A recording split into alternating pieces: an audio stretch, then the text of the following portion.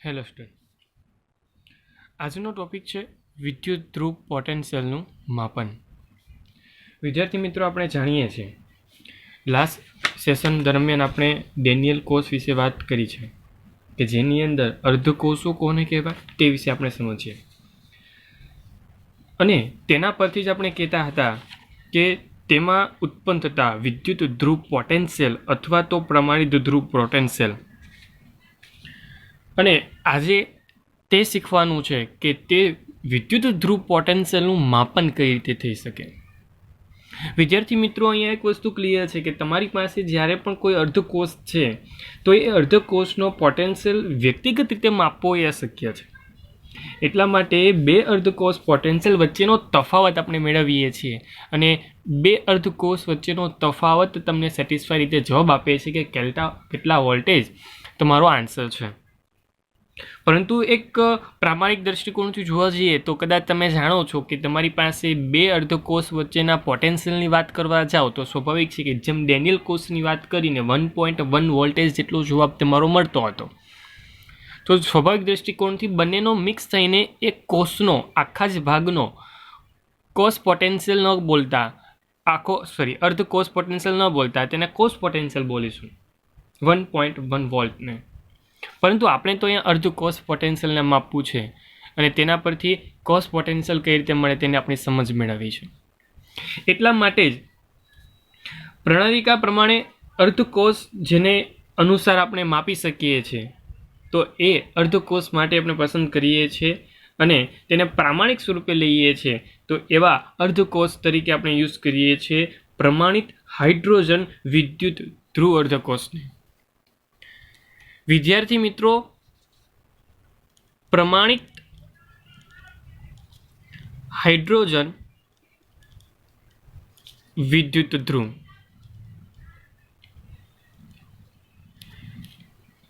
જો definition wise એની રચના કરવા જઈશું તો પહેલાં તો એક ક્લિયર વસ્તુ છે કે તેમાં જે પણ ડેફિનેશન વાઇઝ જે પણ પ્રણાલી પ્રમાણે આપણે તેનું પોટેન્શિયલ નક્કી કરીશું તે પોટેન્શિયલ બધા જ તાપમાને શૂન્ય જેટલું છે.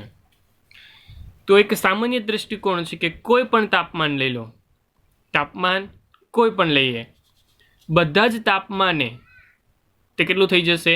0.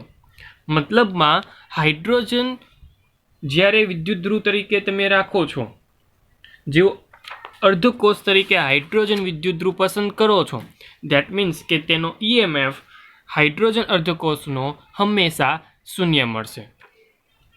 ધેટ મીન્સ કે તમારી પાસે જે વેલ્યુ મળવાની છે તે કેવી થઈ ગઈ? 0 થઈ ગઈ. તો સ્વાભાવિક દૃષ્ટિકોણથી જ્યારે આપણે પસંદ કરીશું હવે કોઈ બે અર્ધકોષો જેમાં એકનું સ્થાન હાઇડ્રોજને લીધું હશે, એકનું સ્થાન સ્વાભાવિક છે કે કોઈ અન્ય ધાતુમય અર્ધકોષ હશે અને હવે તેનો વિદ્યુતનો તફાવત એટલે કે વિદ્યુત કોષ પોટેન્શિયલનો તફાવત કે જે સરળતાથી તમારો આન્સર આપશે. આવા એક નાના એવા કોન્સેપ્ટ સાથે આપણે પહેલાં સમજવું પડશે કે પ્રમાણિત હાઇડ્રોજન વિદ્યુત ધ્રુવ છે શું અને તેની રચના કઈ રીતે થાય છે, તે કઈ રીતે આપણે યુઝ થવાનો છે.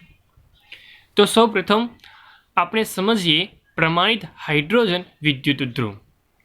એટલા માટે જ તેની ડેફિનેશન વાઇઝ અર્ધકોષની રચના તમારી સાપેક્ષ કરું છું. તો આ છે હાઇડ્રોજન વિદ્યુત ધ્રુવ. વિદ્યાર્થી મિત્રો, આ તમારી સાપેક્ષ જે પણ આકૃતિ મેં તૈયાર કરીને આપી છે તે પ્રમાણિત હાઇડ્રોજન વિદ્યુત ધ્રુવની છે, જેની રચના પ્રમાણે જો હું ડેફિનેશન વાઇઝ 1 by 1 ભાગ તૈયાર કરતો હોઉં તો આ જે ભાગ છે કે જ્યાંથી તમારો હાઇડ્રોજન ગેસિયસ અવસ્થાની અંદર એક બાર દબાણની સાથે અંદર જશે. ચોક્કસ દબાણ એ આપણે નક્કી કરીને જ રાખ્યું છે કે જેને કારણે તેમાં કોઈ પ્રકારની અવ્યવસ્થા ન સર્જાય. સાથે સાથે જે આ ભાગ જે છે, આ ભાગ જે સામાન્ય રીતે ધાતુનો ટુકડો એટલે કે તે પ્લેટિનમ ધાતુના પતરા પર ચઢાવેલ સૂક્ષ્મ રીતે વિભાજિત પ્લેટિનમ છે. દેટ મીન્સ એમ કહી શકાય કે પ્લેટિનમનો ટુકડો છું. ત્યારબાદ જો આગળ વાત કરવા જાવ તો સ્વાભાવિક છે કે તમારી પાસે જે આ સોલ્યુશન છે તે તેના અનુવર્તી જ લેવાનું હોય છે. જેમ આપણે ઝીંક હોય તો ઝીંક સલ્ફેટ લીધું હતું, તેને અનુવર્તી ક્ષાર લીધો હતો. તો સ્વાભાવિક છે કે અત્યારે હું HCl લઉં છું અથવા તો H+ સાંદ્રતા ધરાવતો કોઈ સોલ્યુશન લઈ શકાય. હું એમ કહું છું કે અહીંયા એક પ્રામાણિક પ્રકૃતિ ઉત્પન્ન કરવી છે એટલે લઉં છું 1 મોલર H+ સોલ્યુશન. ઓકે, મેં આગળ પણ વાત કરી છે કે તમારી પાસે જ્યારે પણ પ્રામાણિક કન્ડિશન ઉત્પન્ન કરવી છે તો હંમેશા તમારી સાંદ્રતાની જે પણ પ્રકૃતિ છે તે 1ની નિયર અબાઉટ હોવી જોઈએ, 1ની સાપેક્ષમાં હોવી જોઈએ. હવે તમારી પાસે જે પણ કાર્યવિધિ આપીએ છીએ તો એ સમજીએ. તમારી પાસે જે પણ હાઇડ્રોજન વિદ્યુત ધ્રુવ છે તેમાં હાઇડ્રોજન ગેસિયસ અવસ્થાની અંદર દાખલ થશે અને તે જે પણ સોલ્યુશન H+ યુક્ત છે તેની સાથે પ્રક્રિયા કરીને તેનું એક ચોક્કસ પોટેન્શિયલનું મૂલ્ય આપે છે અને એ પોટેન્શિયલના મૂલ્ય વિશે વાત કરતાં આપણે વાત કરી કે તે હંમેશા 0 હશે. કેટલું હશે વિદ્યાર્થી મિત્રો? હંમેશા 0 હશે. સ્વાભાવિક છે કે આપણે કોઈ વસ્તુની માપન કરવું છે, કોઈ વસ્તુને સમજવી છે, માપવી છે તો કોઈને એકને પ્રામાણિક વસ્તુ સ્વીકારવી પડે અને એ પ્રામાણિક વસ્તુને આધારે બાકીની વસ્તુને આપણે માપીએ છીએ. તો અહીંયા એ જ લોજિક સાથે કામકાજ કરીએ છીએ. વિદ્યાર્થી મિત્રો, નાના કોન્સેપ્ટ સાથે આપણે બહુ બધી વસ્તુ શીખ્યા હતા કે જેની અંદર તમારી પાસે right, left, oxidation, reduction, anode, કેથોડને અનુલક્ષીને આપણે અનુવર્તી સેલના EMF મેળવવાના સૂત્ર પણ જાણતા હતા કે જેમાં લાસ્ટ સેશનમાં આપણે બહુ બધા સૂત્રોની માહિતી મેળવી હતી. પરંતુ ફરી એકવાર એ બધા જ સૂત્રો લખું છું, પોસિબલ બધા જ સૂત્રો લખું છું જે તમારા માટે અહીંયા અગત્યના છે. વિદ્યાર્થી મિત્રો, ઓક્સિડેશન, રિડક્શન, રેડોક્સ અથવા તો રેડોક્સ એટલે કે ઓક્સિડેશન રિડક્શન, ત્યારબાદ એમ કહેતો કે રાઇટ એન્ડ લેફ્ટ, અને ત્રીજી વસ્તુ એમ કહી શકાય કે એનોડ અને કેથોડ. તો ઈ સેલ પ્રમાણે જે સૂત્ર લખું છું તો ઈ સેલ બરાબર ઈ સેલ 0, ઓકે, E0 સેલ તો E0 right minus E0 left. બીજી ફોર્મ્યુલા E0 સેલ તો E0 reduction minus E0 oxidation. ત્રીજી ફોર્મ્યુલા E0 સેલ બરાબર E0 cathode minus E0 anode. આગળ વધીએ તો હવે પણ ખાસ તમારી સાપેક્ષ જે પણ ફોર્મ્યુલા લખી રહ્યો છું અથવા તો જે પણ દર્શાવી રહ્યો છું તે ખાસ કાળજીપૂર્વક જોજો. આ 3 તો કોમન હતા, જે 3 તમને સરળતાથી આવડી જશે, પરંતુ હવે જે લખું છું તે ખાસ ધ્યાનપૂર્વક જોજો. E સેલ 0 અથવા તો E0 cell is equal to E0L minus નહીં plus E0R. Left and right મેં ચેન્જ કરી નાખ્યું છે તો વચ્ચે જે નિશાની છે તે પણ ચેન્જ થઈ જાય છે, ખાસ કાળજીપૂર્વક જોજો. એવી જ રીતે E0 cell is equal two E oxidation, તો હું વચ્ચે મૂકી દઉં છું પ્લસ એન્ડ ધેન રિડક્શન. એવી જ રીતે E0 cell is equal two E0A minus plus E0C. કદાચ તમારી સાપેક્ષ મેં 6 ફોર્મ્યુલા રાખી. આ 6 ફોર્મ્યુલા સમાન ગુણધર્મ સાથે સંકળાયેલી છે, એમાં કોઈ પ્રકારની વસ્તુ ખોટ નથી, પણ ખાસ કાળજીપૂર્વક આ 6 ફોર્મ્યુલાને જોવી સમજવી જરૂરી છે. વિદ્યાર્થી મિત્રો, હવે આ કોઈ પણ ફોર્મ્યુલા પ્રમાણે તમે આ હાઇડ્રોજન વિદ્યુત કોષને ધ્યાન પર લઈને તમે પોતાનું કામકાજ કરી શકો છો. સમજો કે રૂમ ટેમ્પરેચરે તમે કોઈ કાર્ય કરી રહ્યા છો અથવા તો એક ચોક્કસ તાપમાન નક્કી કરીને કામકાજ કરું છું. સમજો કે તમારી પાસે 298 કેલ્વિન જેટલું ટેમ્પરેચર છે. મારી પાસે ટેમ્પરેચર હું ફિક્સ કરીને હું પ્રામાણિક હાઇડ્રોજન વિદ્યુત કોષને એનોડ તરીકે અને જે બીજો કોઈ વિદ્યુત ધ્રુવ પસંદ કરું છું અથવા તો અર્ધકોષને પસંદ કરું છું એ અર્ધકોષને હું કેથોડ તરીકે સ્વીકારું છું. તો સ્વાભાવિક દૃષ્ટિકોણથી જોવા જઈશ તો મારે તે સ્વરૂપને દર્શાવવું હોય તો એમ કહીશ કે પ્રમાણિક હાઇડ્રોજન વિદ્યુત ધ્રુવ અડધો કોસ, પછી મારે બે ઊભા લીટા કરવા પડશે. સ્વાભાવિક છે કે આપણે જાણીએ છીએ કે જે સોલ્ટ બ્રિજ તે આપણે દર્શાવીએ છીએ, અને આ બાજુ હશે કોઈ બીજો અર્ધકોષ. વિદ્યાર્થી મિત્રો, એક ખાસ નોંધનીય બાબત, કોઈ વખતે તમને પ્રમાણિત હાઇડ્રોજન વિદ્યુત ધ્રુવને જે ટૂંકા ફોર્મની અંદર દર્શાવે તો SHE ના સ્વરૂપમાં દર્શાવશે. Okay, SHE. ક્લિયર? તો ખાસ કાળજીપૂર્વક આ પણ યાદ રાખવું, કેમ કે કોઈ વખત એવું આપી દે છે અને આપણે મૂંઝવણમાં મુકાઈએ તો એ વસ્તુ થઈ શકે. ચાલો, તો તમારી પાસે કંઈક આ રીતે પ્રકૃતિ પ્રમાણે ફોર્મ્યુલા બનાવીએ તો આપણે એમ કહી શકીએ છીએ કે E0 is equal two E0R minus R, એટલે કે ચાલો રેડોક્સને ધ્યાનમાં લઈને પણ કહી શકાય, અથવા તો લેફ્ટ રાઇટને પ્રમાણે કહી શકાય. તો E0 લેફ્ટ એન્ડ રાઇટ. ચાલો, મેં પહેલી ફોર્મ્યુલા પાડી દીધી. પણ પ્રકૃતિ બેઝ આપણે જાણીએ છીએ કે તમારી પાસે જે આ બાજુ ભાગ આપ્યો છે લેફ્ટ, તે લેફ્ટ ભાગ કેવો છે? પ્રમાણિત હાઇડ્રોજન વિદ્યુત ધ્રુવનો છે. ધેટ મીન્સ કે જો તે પ્રમાણિત હાઇડ્રોજન વિદ્યુત ધ્રુવનો હોય તો તેનો E0 કેટલો થઈ જાય? સ્વાભાવિક છે 0.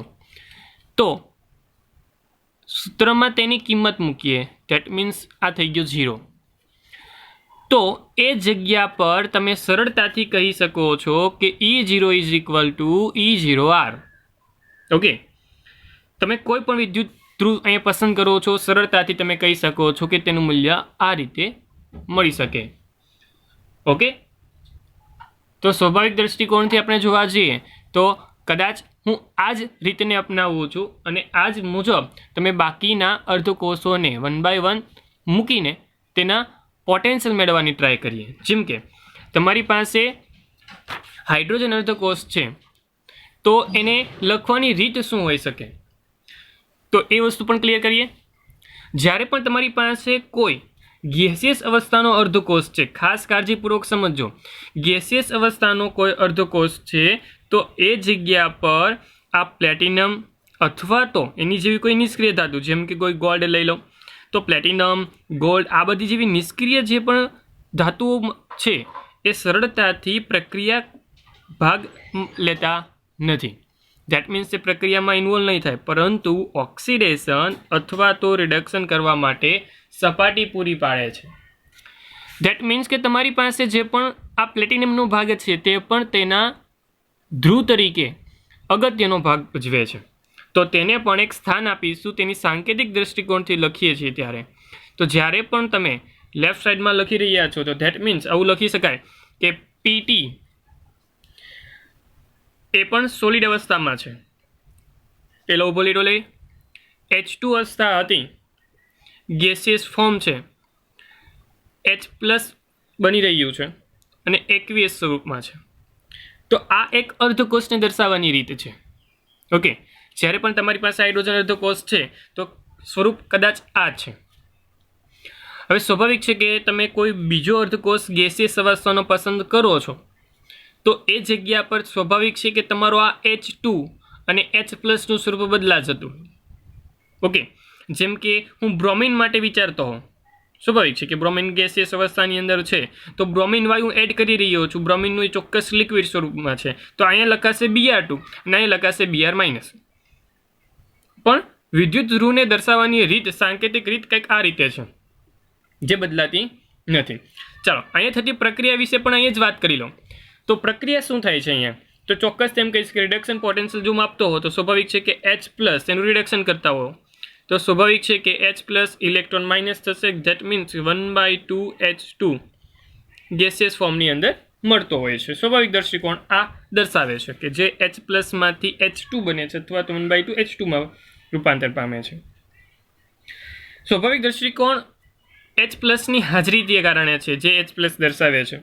અને મેં વાત કરી તે મુજબ તમારી પાસે જે હાઇડ્રોજન વાયુ છે તે 1 બારને આધારે લીધું છે, તે પ્રામાણિક અવસ્થા માટે, અને જે સાંદ્રતા લીધી તે પણ 1 બાર માટે, તે પણ પ્રામાણિક અવસ્થા સૂચવે છે.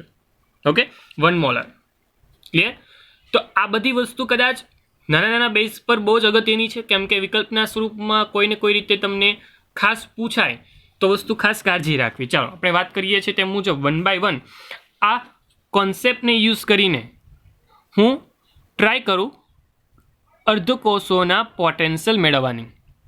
હું શું કરીશ તો કે તમારી પાસે જમણી બાજુ કોઈ અર્ધકોષને મૂકીશ અને જમણી બાજુ જે અર્ધકોષનો પોટેન્શિયલ મૂકીશ તે જ મારા માટે કોષ પોટેન્શિયલ કહેવાશે. ઓકે, ચાલો 1 by 1 ટ્રાય કરીએ. એક્ઝામ્પલ તરીકે હું પહેલાં જ મૂકું છું, તમે એનોડ અને કેથોડના સ્વરૂપમાં જે લીધા હતા ડેનિયલ કોષની અંદર તેને જ આપણે મૂકીએ છીએ. ઓકે, ચાલો તો તમે પહેલાં પસંદ કર્યો છે કોપરને, તો સ્વાભાવિક છે અને ગાણિતિક સ્વરૂપ સાંકેતિક સ્વરૂપમાં જ લખું છું. આ થઈ ગયું ગેસિયસ 1 બાર કાઉન્સ ક્લોઝ, ફરી એકવાર H+, એક્વિયસ ફોર્મની અંદર 1 મોલર સાંદ્રતા છે. ધેન આગળ વધીએ તો 2 ઊભા લીટા થશે કેમ કે સોલ્ટ બ્રિજ માટે, ક્ષાર સેતુ માટે. હવે આવશે Cu+2, કોપરની વાત કરી મેં એટલે એક્વિયસ 1 મોલર, વાત કરીએ આગળ તે જ મુજબ સાંદ્રતા કોન્સ્ટન્ટ, કોપર સોલિડ ફોર્મની અંદર. સમજીએ અને સરળતાથી વાત કરવા જઈશું તો અહીંયા તમારી પાસે જ્યારે આ રીતે ગોઠવણી કરીને તો સરળતાથી EMF E0 is equal two તમને 0.34 વોલ્ટેજ જેટલો મળે છે.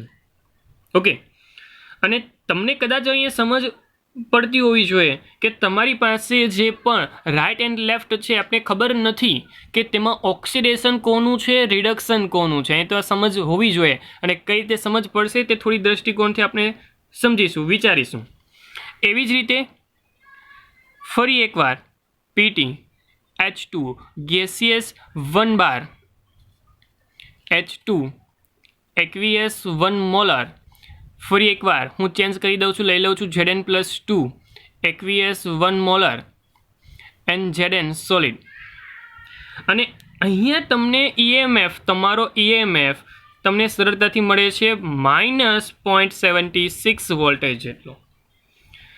વિદ્યાર્થી મિત્રો, તમારી પાસે જે પણ પોટેન્શિયલ મળે છે તેનું મૂલ્ય ધન અને ઋણના સ્વરૂપમાં છે. ધન અને ઋણના સ્વરૂપમાં હોય તો અહીંયા તમારું કાંઈક ચેન્જ તમને જોવા મળે છે.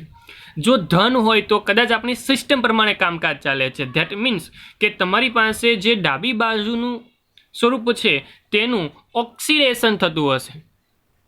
આ ખાસ કાળજીપૂર્વક સમજી લેજો, ઓક્સિડેશન થતું હશે જો એ ધન સ્વરૂપ છે ત્યારે. પરંતુ જ્યારે પણ તમારી પાસે ડાબી બાજુ છે તો એ ઓક્સિડેશન, જો જમણી બાજુ છે તો તે રિડક્શન. એવી જ રીતે અહીંયા વાત કરું તો અહીંયા માઇનસ મૂલ્ય છે અને જો માઇનસ મૂલ્ય હોય ને વિદ્યાર્થી મિત્રો તો સમજી જવાનું કે તેનાથી વિરુદ્ધ કામ થવાનું છે, તેનાથી વિપરીત કામ થવાનું છે. તો અહીંયા જે H+ વાળા અથવા તેમ કહીશ કે પ્રમાણિક હાઇડ્રોજન વિદ્યુત કોષ છે અથવા તો વિદ્યુત ધ્રુવ છે તેનું રિડક્શન થશે. શું થશે વિદ્યાર્થી મિત્રો? રિડક્શન. અને અહીંયા Zn નું ઓક્સિડેશન થશે. આ વસ્તુ મને ક્યાંથી સમજ પડી? તો એક સ્વાભાવિક દ્રષ્ટિકોણથી આપણે જે સિસ્ટમ બનાવી હતી અને એ સિસ્ટમ પ્રમાણે કામકાજ કરીએ છીએ પરંતુ મૂલ્ય જે મળે છે તે માઇનસમાં મળે છે. તો ધેટ મીન્સ એવું નક્કી કરી શકાય કે તમારું મૂલ્ય જે માઇનસમાં મળે છે એ માઇનસ મૂલ્ય ત્યારે મળી શકે જ્યારે તમારા માટેની ફોર્મ્યુલા કંઈક અલગ રીતે હોય. તો અહીંયા સહેલાઈથી કહી શકાય છે કે તમારી પાસે જ્યારે રિડક્શનની વાત કરવા જાઉં પહેલાંની અંદર તો સ્વાભાવિક છે કે કોપરનું રિડક્શન સરળતાથી થઈ શકે છે. જ્યારે બીજાની અંદર વાત કરવા જાઓ તો H+ એટલે કે હાઇડ્રોજનનું રિડક્શન સરળતાથી થઈ શકે છે. તો એ વસ્તુ ક્લિયર થઈ જાય છે કે તમારી પાસે જે પણ પોટેન્શિયલ મળે છે તો સ્વાભાવિક દ્રષ્ટિકોણથી હાઇડ્રોજનનો જે પણ મળતો હોય તો દર વખતે 0 હોય. તો જે આ પોટેન્શિયલ તમને મળે છે એ પોટેન્શિયલનું મૂલ્ય ડાયરેક્ટ તમારા સેલ માટેનું નીકળતું હોય છે અને એ સેલ માટેનું મૂલ્ય જે તમને બે અલગ અલગ રીતે મળેલા છે તે કેના હોઈ શકે? તો કે આ કોપરના અને અહીંયા Znના. વિદ્યાર્થી મિત્રો, અહીંયા જે પણ વસ્તુ આપણે નક્કી થઈ, જે E0ના મૂલ્ય તમને મળે છે એ તમને વોલ્ટમીટરના દૃષ્ટિકોણ અથવા તો જે વોલ્ટમીટરના નંબરિંગ જે હશે તેના મુજબથી આપણે સમજ પડશે અને તે પ્રાયોગિક રીતે જ મેળવી શકીએ છીએ અને પ્રાયોગિક રીતે આપણે મેળવતા હોઈએ છીએ. પરંતુ વિદ્યાર્થી મિત્રો, એ વસ્તુ એક ખાસ જોવી જરૂરી છે કે તમારી પાસે જ્યારે આ બંને વિદ્યુત ધ્રુવોની વાત કરવા જઈશું તો Znનું ઓક્સિડેશન થાય છે, અહીંયા Hનું રિડક્શન થાય છે. તો આ વસ્તુ ખાસ યાદ રાખજો કે તમારી પાસે જ્યારે પણ Znની વાત થાય તો કે Znનું રિડક્શન H+ની હાજરીમાં થઈ શકતું નથી. મતલબમાં તમે એ પણ જાણતા હોવા જોઈએ કે જ્યારે તમે ઝેડેનના ટુકડાને અથવા તો ઝીંકના ટુકડાને એસિડમાં નાખો, HClમાં નાખો, નોર્મલી એસિડ તરીકે હું લઉં છું HCl, તો જે હાઇડ્રોજન ધરાવતો છે, તો એ હાઇડ્રોજન ધરાવતો જો એસિડમાં તમે નાખો છો ને તો પણ તેમાં કોઈ પ્રકારની પ્રક્રિયા થતી નથી, તેનું ઓક્સિડેશન જ થશે. સમજ પડી ગઈ? તો ઇનડાયરેક્ટલી એમ કહું છું કે જે તમારી પાસે ઝેડેન જે છે એ સરળતાથી ઓક્સિડેશન થશે. તમારી પાસે જો કોપરની વાત કરવા જાઓ તો કોપરનો દ્રષ્ટાંત ત્યાં અલગ છે. કોપર ધાતુ HClમાં ઓગળતી નથી, અને ખાસ વિદ્યાર્થી મિત્રો તે કેમ કે રિડક્શન પામે છે, અને સરળતાથી એમ કહું છું કે કોપર ધાતુ જે છે, ખાસ સમજો વિદ્યાર્થી મિત્રો, અહીં કોન્સેપ્ટ બેઝ જે આ વસ્તુ આપી રહ્યો છું તે Cu ધાતુ HClમાં ઓગળતી નથી, કેમ કે અહીંયા રિડક્શન થાય છે.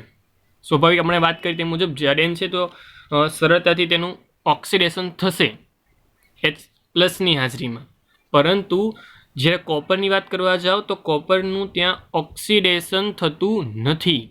દેટ મીન્સ કે તે ઓગળશે નહીં. પણ હા, જો તમે નાઇટ્રિક એસિડમાં નાખો ને, કોપર ધાતુને ક્યાં નાખો તમે?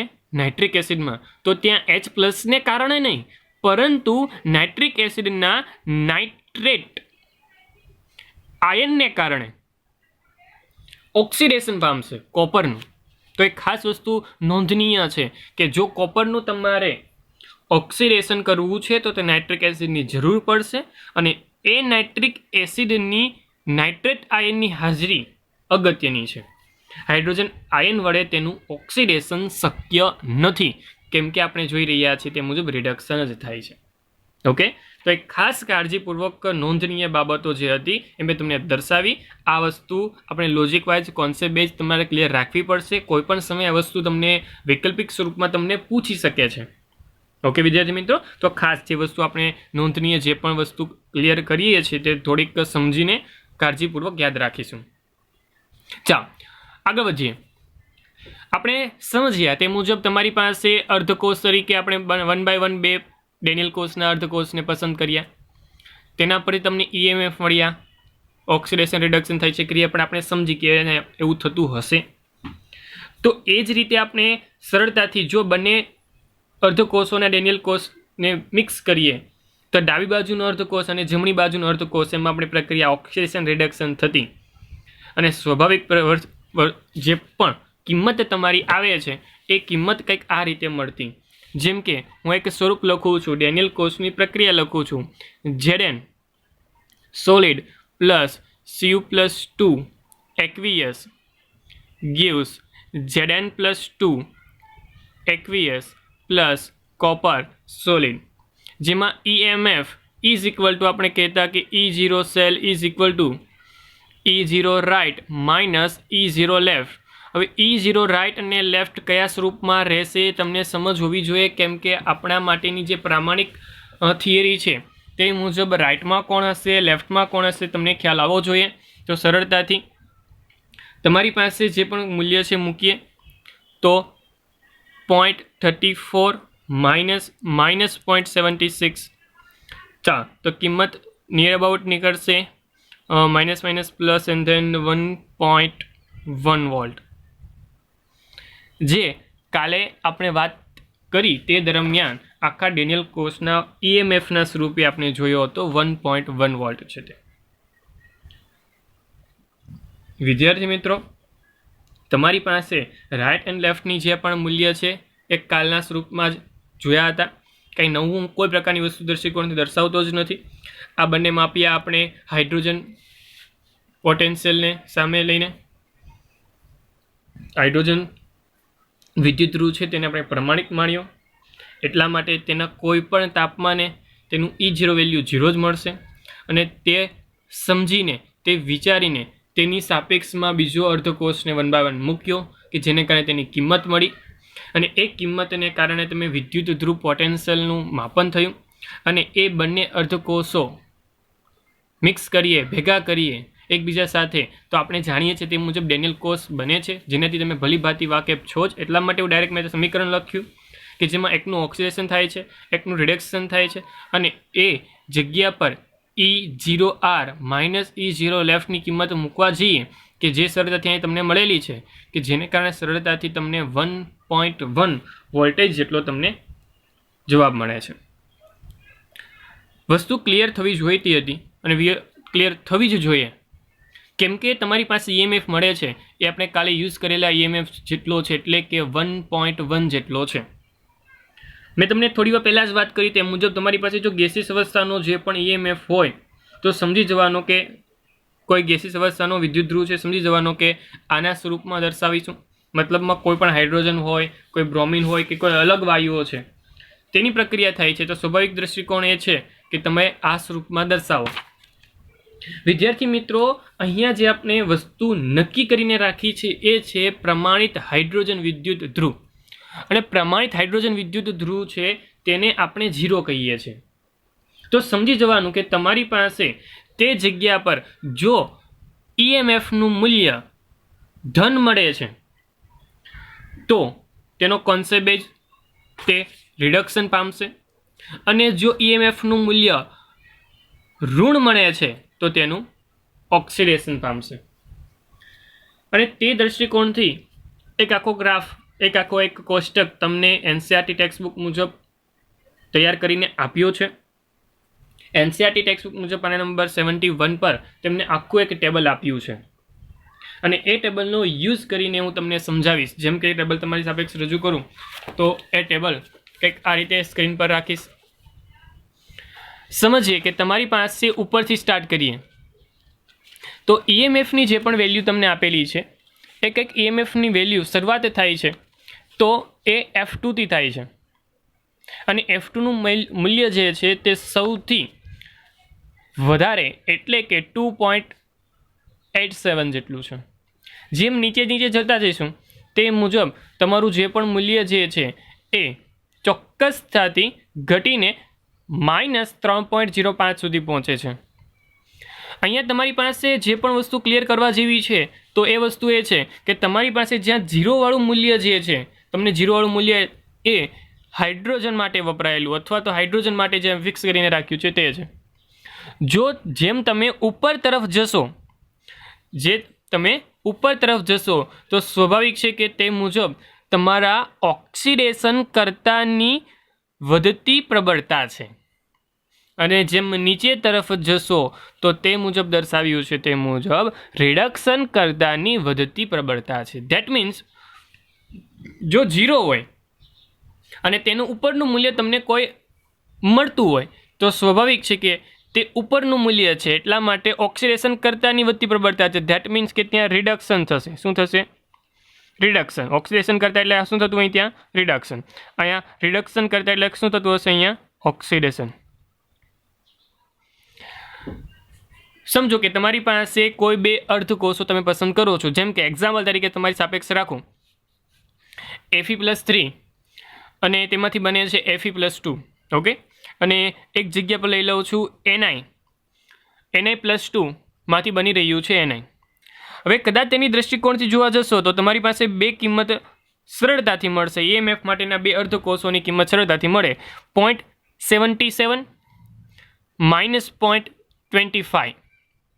જ્યારે તમારી પાસે બંને પ્રક્રિયાના EMFના મૂલ્ય હોય, બે અર્ધકોષના EMFના મૂલ્ય હોય, તો સરળતાથી સમજ પડતી હોવી જોઈએ કે જેનું મૂલ્ય વધુ ધન, સમજો ખાસ, જેનું મૂલ્ય વધુ ધન તે સરળતાથી રિડક્શન પામશે, અને જેનું મૂલ્ય ઓછું હોય અથવા તો ઋણ હોય તો તે સરળતાથી ઓક્સિડેશન પામશે.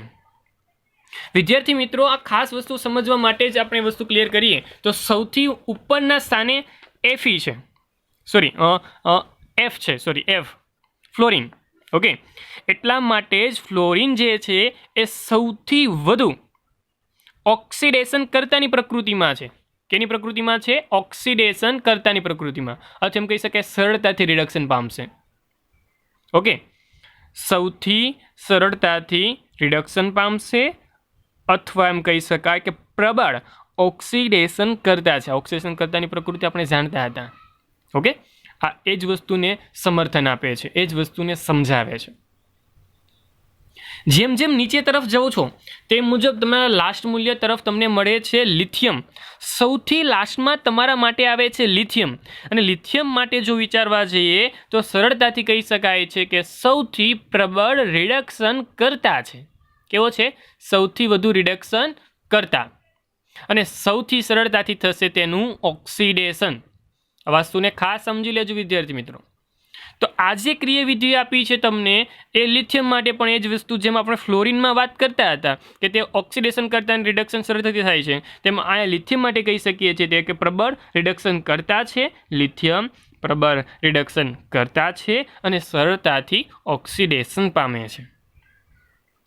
એટલા માટે જ લિથિયમના જલીય દ્રાવણમાં સૌથી વધુ શક્તિશાળી રિડક્શન કરતાની પ્રકૃતિ જોવા મળે છે. સમજ પડી ગઈ વિદ્યાર્થી મિત્રો? ખાસ કરીને તમને બે નોંધનીય બાબત તમને નીચે આપી છે જે તમે જોઈ શકો છો કે જે લખે છે કે ધન મૂલ્યના અર્થમાં સમજાવી શકાય છે તે પ્રબળ રિડક્શન કરતા છે. ઋણ મૂલ્યના અર્થમાં સમજાવી શકાય અને ધન મૂલ્ય હોય તો તે નિર્બળ રિડક્શન કરતાના સમર્થનમાં કામકાજ કરે છે. વિદ્યાર્થી મિત્રો, આ ઓક્સિડેશન રિડક્શનની જે પણ શક્તિ દર્શાવતું આ કોષ્ટક છે અને એનો બેઝ, એનો કોન્સેપ્ટ હાઇડ્રોજનથી ચાલુ થાય છે. હાઇડ્રોજનને ધ્યાનમાં લઈને ચાલુ થાય છે. તો વસ્તુને ખાસ સમજતા એમ કહી શકાય છે કે વિદ્યુત રાસાયણિક કોષોની વિશાળ પાયાની મય જે પણ રચના કરીને આપણે જે પણ ભાગ સ્વરૂપે આ કોષ્ટકને સમજીએ છીએ ને, તો એ કોષ્ટકનો ઉપયોગ બહુ જ સારી રીતે, બહુ જ અલગ અલગ રીતે કરી શકાય છે. ઓકે, જેમાં આપણે પીએચ માપવાની વાત કરતા હોઈએ કે પછી દ્રાવકતા ગુણાંકની વાત કરતા હોય, સંતુલન અચળાંકની મેળવવાની વાત કરતા હોય કે અન્ય ઉષ્માગતિકીય ગુણધર્મ છે, પોટેન્શિયોમેટ્રિક ગુણધર્મનું માપનની વાત કરતા હોઈએ, તો આ બધાની અંદર કોઈને કોઈ મતે રીતે આ બધી જ વસ્તુ ઇન્વોલ્વ થાય અને તે સરળતાથી તમારા જવાબ આપે છે. જેમાં આપણે વાત કરતા હોઈએ આગળ ડેનિયલ કોષની હોય કે પછી અલગ કોષની હોય, તમારા મૂલ્ય અહીંથી તમે સરળતાથી પિકઅપ કરી શકો છો, ઉપાડી શકો છો. તે મૂલ્ય ક્યારે બદલાતા નથી અને એ મૂલ્યને ધ્યાનમાં લઈને તેનું ઓક્સિડેશન થશે, રિડક્શન થશે, તેની પીએચ કેટલી હશે, એ બધી જ વસ્તુ આના ઉપયોગથી તમે સરળતાથી પૂર્ણ કરી શકો છો. તો એટલા માટે આ કોષ્ટકને થોડુંક મહત્ત્વ આપીને આપણે ખાસ જોઈશું.